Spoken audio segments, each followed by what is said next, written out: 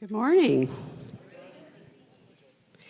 The Lord knew I was a little nervous today, and so just as I was driving up, there was a song on the radio that was "Showers of Blessing." If I don't know, those of you my age may remember that song, and I found that humorous with the rain pouring down. So it made me laugh, so it made me relax a little bit. The Lord has really laid something on my heart. Especially for the young people, and of course for all of us. But I kept asking the Lord, "Are you sure you want me to share this?" He's like, "Yes, and it needs to be today." So here I am. I'll start with Hebrews chapter 3, verse 7, that says, "That is why the Holy Spirit says, 'Today you must listen to his voice. Don't harden your hearts. You must warn each other every day as long as it is called today, so that none of you will be deceived by sin and hardened against God.'" God was speaking to his people, the Israelites, not the heathen people who didn't know him. But never forget the warning today. You must listen to his voice. Don't harden your hearts against him as Israel did when they rebelled. What causes God's people to harden their hearts and rebel? I believe one thing is disappointment, another disillusionment, and of course sin. I became a Christian when I was 13 years old and was very passionate about Christ throughout my teens and my early 20s. And then life began to happen. I found my time of rebellion was in my later 20s and my early 30s.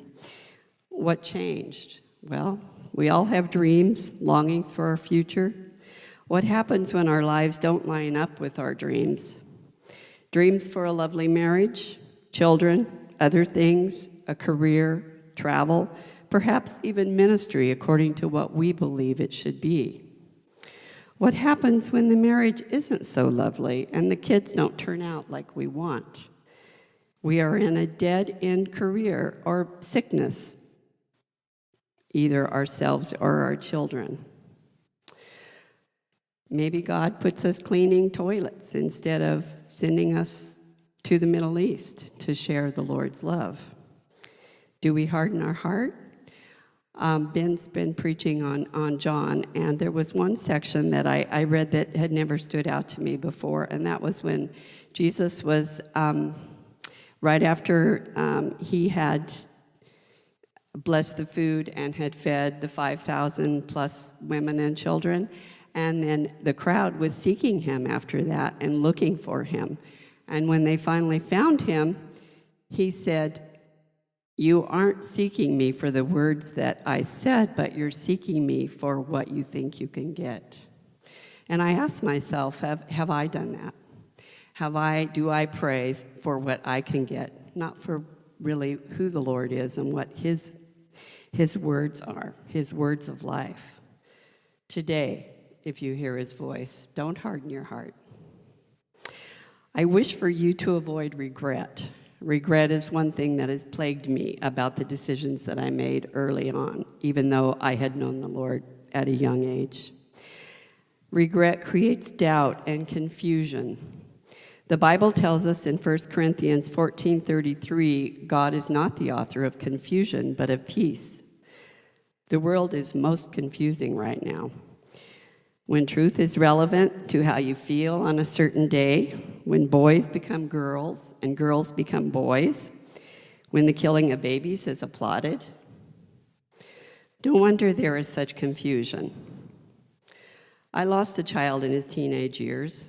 My brother lost 2 of his children. I had 2 aunts that also lost 2 of their children. My 2 daughters have both experienced the death of friends or family close to them. Katie, my youngest, lost 3 friends in high school alone. 1 to suicide, 1 accidental death, and 1 to homicide.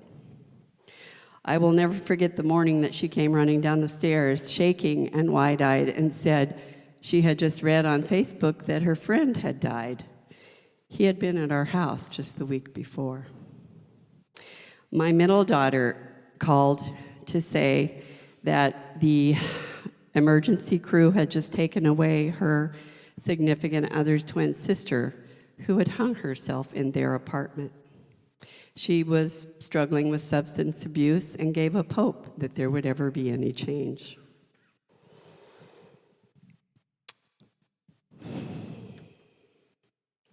Suicide in 2019 is now the second leading cause of death in the U.S. among 10 to 24-year-olds, preceded only by motor vehicle accidents and unintentional injuries. In the LGBT community alone, that statistic is 4 to 6 times higher than the statistics that I just read. Confusion, absence of hope and meaning in life.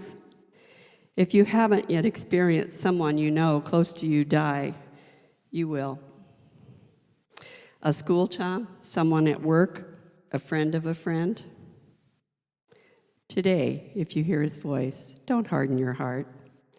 Jesus said in John 10:10, I come that they may have life and have it more abundantly. Webster defines abundance as existing in large quantities, overflowing, having plenty of. Don't be a secret believer. Matthew 10:33 says, everyone, and this is Jesus speaking, everyone who confesses me before men, I will also confess him before my Father in heaven. But whoever denies me before men, I will also deny him before my Father in heaven. Those are strong words. Harden not your heart. Today is the day of salvation. Is it yours? Experience abundant life as only Jesus can give.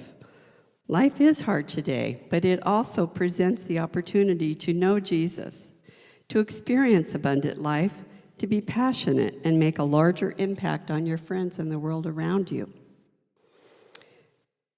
Tell them today, if you harden not your heart, today is the acceptable day of salvation. Is it yours? Knowing Jesus is the one thing I have never regretted. I wake up every morning knowing my life has a purpose and it has meaning. Does yours?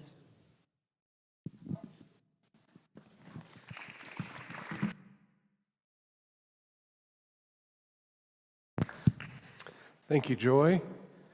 All right. Thank you, Bill. Well, last time I was up here, I spoke about Joshua and about the day he gave his farewell speech. And you might remember that. It was, choose you this day who you will serve. This morning, we're going to rewind the biblical clock about 40 years and look at Moses and take a portion of his farewell speech and or his retirement address. And actually, it was his swan song because God instructed him to write a song. And so he wrote the song and he taught it to the Israelites as he was retiring. He was 120 when God says, "Okay, it's time to hang him up." So let's get into it. We're going to take an excerpt of the song because most of the song was about if Israel turned their back on God, kind of the consequences. And that seemed to be a theme even when Joshua got ready to retire. He says, you know what? You guys are going to turn away from God. And they go, no, we won't. And he says, okay, well, listen, your words are going to be a witness against you. And then he says, choose you this day whom you will serve. As for me and my house, we're going to serve the Lord. Moses was he set it up the same way. Says, you guys, when I go away, you guys are going to turn your backs on God. You're going to start serving false gods. And so much of the song after these verses is about the consequences of what it would look like when they turn their backs on God. But I love these. We're going to look at verses 10, Deuteronomy chapter 32, verses 10 through 12, and it reads, in a desert land he found him, in a barren and howling waste. He shielded him and cared for him. He guarded him as the apple of his eye. Here, Moses is talking about when God called Israel out of Egypt and cared for him. Like an eagle that stirs up the nest and hovers over its young, that spreads its wings to catch him and carries them aloft, the Lord alone led him. Let's read that second stanza again. Like an eagle that stirs up his nest and hovers over its young, that spreads its wings to catch them and carries them aloft, the Lord alone led them. When I hear these verses, I think of Grandma Holy. Not Holey, but Holy. Grandma Holy stood probably about that tall, and she was a bit of a firecracker. She had my mom when she was a little bit older, and so by the time I came around, Grandma Holy was quite aged. And being that she was quite aged, she would always tell you either one or two of the same stories when you came to visit her. And there was the worms story. There was the bucks versus bunnies story. And then there was the eagle story. And the eagle story was my favorite because Grandma was a preacher way back in the 1930s, I believe it was. And so she would tell this story, and I remember sitting in Sunday night church when she and Grandpa would come to visit. My dad would have her preach every once in a while, and she'd tell his story. And the best part about it was that she would make my sister and I part of the story. We would be characters in the story. So to honor Grandma Holy this morning, I think we'll recount the eagle story. And eagles don't have 5 children. They usually have 1 or 2, so the older kids back there, don't be offended if you're not in the story, but we'll try to include you. High up in the mountains, there was a crystal clear lake, and it was teeming with fish and had wildlife around it. And beside it stood a once majestic sequoia that was now dead, and the bark had been peeled off, but it still stood tall and proud. And at the very top of that, a mom and dad eagle had chosen to build their nest. And they had raised eaglets, and some of the eaglets that they had launched in previous chapters of this story had learned to fly, and they were figuring out how to be eagles. They were launched and figuring out what it meant to be an eagle and enjoying that. But this chapter of the story includes 2 little eaglets. One was Jeep, and one was Alice. And of course, any family that has a Jeep knows that Jeeps tend to be precocious and they're rambunctious, and man, they are eager to get after it. He was the first one to break out of his shell. And it seemed like the spotlight was always on him. He would bounce around, even when he still had his little down feathers. He didn't really have wings yet, but he would move around and bump Alice, and she'd kind of look at him like, well, can you stop? Because Alice she came across as the more thoughtful one. She was content to just kind of hang out and enjoy the warmth and comfort of the nest. And so Jeep and Alice were growing up. Mom and Dad would get them food, fish, bunnies, and they were just enjoying life. And they started getting bigger. They lost their down feathers. They started growing their adult feathers, and Jeep's kind of feeling it. He'd stretch out, and again he'd bump Alice, and she'd look at him like, "Come on, really?" But pretty soon he would be hopping around the nest, and the nests are big. Eagles have big nests, and he would be hopping around the nest, and he figured out this trick where he would run around the edge of the nest, and then he would launch, but he wouldn't launch out. He would launch back across the nest where it was safe, and he would launch over Alice, who would duck, and he would kind of flap his wings a little bit, and he would land right on the edge of the other side of the nest. Well, he had practiced that a lot, and he was feeling pretty good. And so one day, he's running around the nest, and Alice is rolling her eyes, going, "Oh, here it comes again." And he runs around the nest, and he launches back across the nest, and flaps his wings, and Alice ducks, and Jeep lands on the edge of the nest, and then he adds a spin. He jumps up, and he spins around and goes, "Ta-da!" And Alice is rolling her eyes again. But all of a sudden, Jeep loses his balance. And he goes to catch his balance, and he pumps his wings. But it was the wrong action. The pumping of his wings knocked him farther off balance. And Alice's eyes got big because she knew her brother was going to die. Because underneath their big old nest, 100 or 200 feet down, were rocks that had sharp edges and that would kill you. And so Alice knew, anybody that went over the side of the nest was dead. And so her eyes got big, and just about the time that Jeep was about to leave Alice's sight, Dad, who had been watching it all, swooped down and just kind of nudged Jeep back into the nest. And Jeep was like, whoo! And of course, those events always are followed by a lecture, and Dad's saying, Jeep, you got to be more careful. There are rules for reasons. He goes, I know, Dad, but I just want to launch, Dad. I'm ready. I want to jump. He goes, we'll get there, Jeep, but you just got to, we'll get there. And so in the following days, Dad said, okay, we better, before he just jumps when I'm not there, they started practicing. And pretty soon Jeep was flying. And he was screaming, and he would go and land on other trees and fly around, and he would come back to the nest, and his chest was all puffed up, and he would strut around Alice like, yeah, I'm pretty special. And Alice would roll her eyes again because she noticed that every once in a while Jeep would come back, and he was missing a few feathers because he had some landings that weren't so smooth. And she thought, this is a safe place. I'm okay with not this flying. It can't be all that great. I'm safe here. And so the days went by, and Alice, she had this little spot in the middle of the nest. And it was so cozy and comfortable because, again, all those little bunnies had fur, and it was fur-lined, and there was soft grass in there, and her down feathers that she and Jeep lost were in there. Oh, man, it was perfect. But she started noticing that day after day, Mom and Dad would start picking the soft things out of the nest. And they were picking the soft things out of her special little spot. And she would look at them like, really?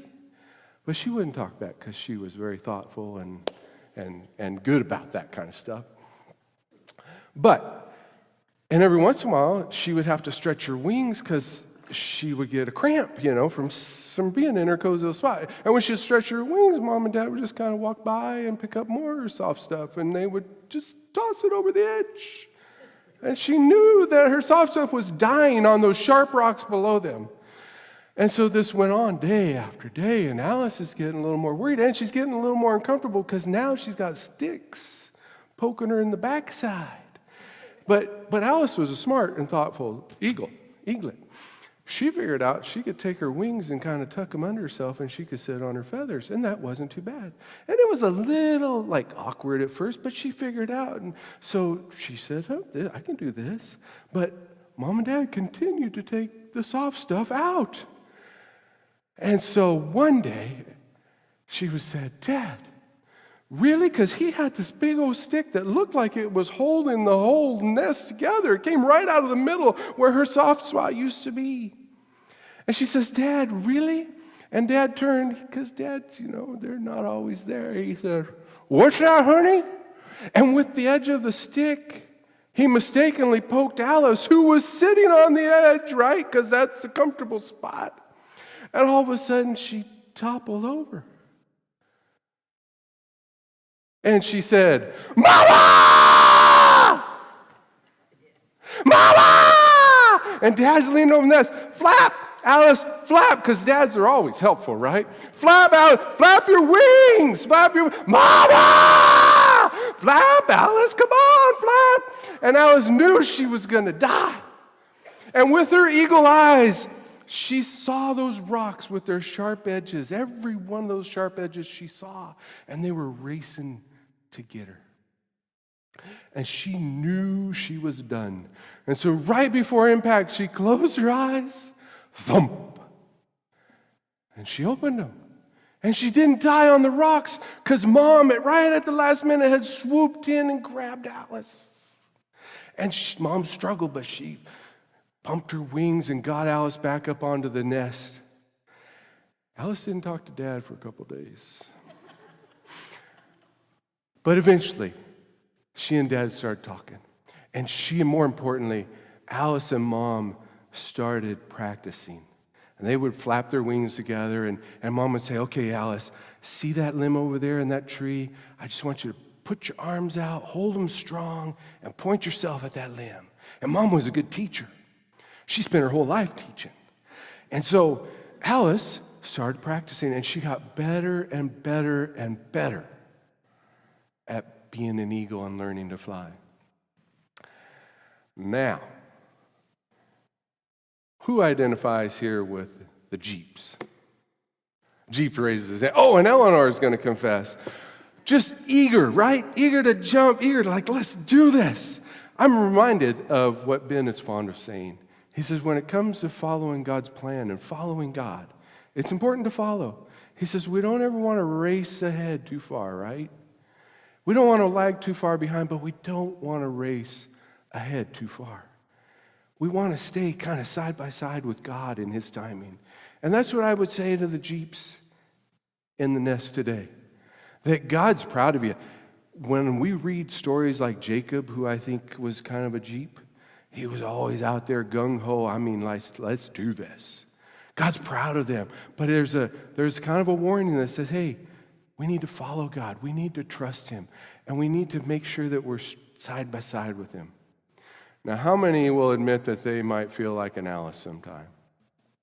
I have been there a couple times in the last couple of years, and it's not very comfortable because the comfort kind of goes away.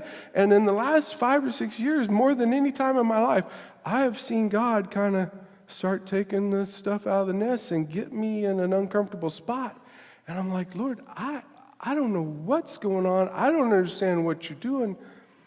Is it me? Am I doing something wrong? You're looking in the mirror. What are you doing wrong, boy? Figure it out so God can let up on you.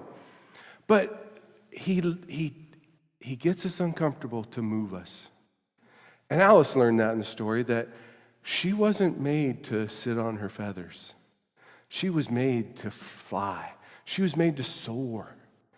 When we look at the eagles, we look up and we see that they're majestic. You can't help but watch an eagle, even if it's just sitting in its nest. But when it's flying, you can't help but look at an eagle and say, wow, they are majestic. And they point to the majesty and the glory of a creator that made them. And that's our job as eagles, to soar, to fly. God didn't put us on this earth, which is dangerous, which has rocks below. He didn't put us on this earth to crawl on our bellies through life. He made us to fly. He made us to point people to Him. You might also identify as parents. Maybe your little eaglets still have all their cute little down, but oh man, are they demanding. They are hungry all the time. They need clothes. When it's storming, you're the one that's hovering over them and taking the brunt of the cold and the wet and the shaking from the thunder and the lightning.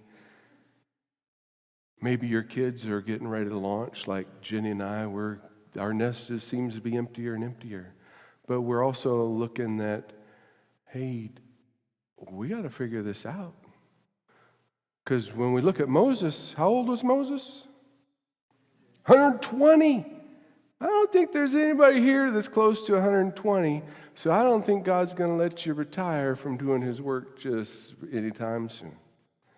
And so it's a matter of, how do we follow God in this next phase? How do we show people love and care for them and tell them the good news about Jesus and what He's done in our lives? How do we support our kids who are out there flying and figuring it out? We look to God who says, hey, I'll cover them when they need to be covered. I'll cover you when you need to be covered. I'll catch you when you need to be caught. And when we're following Him, we put ourselves in a spot where we can enjoy those promises.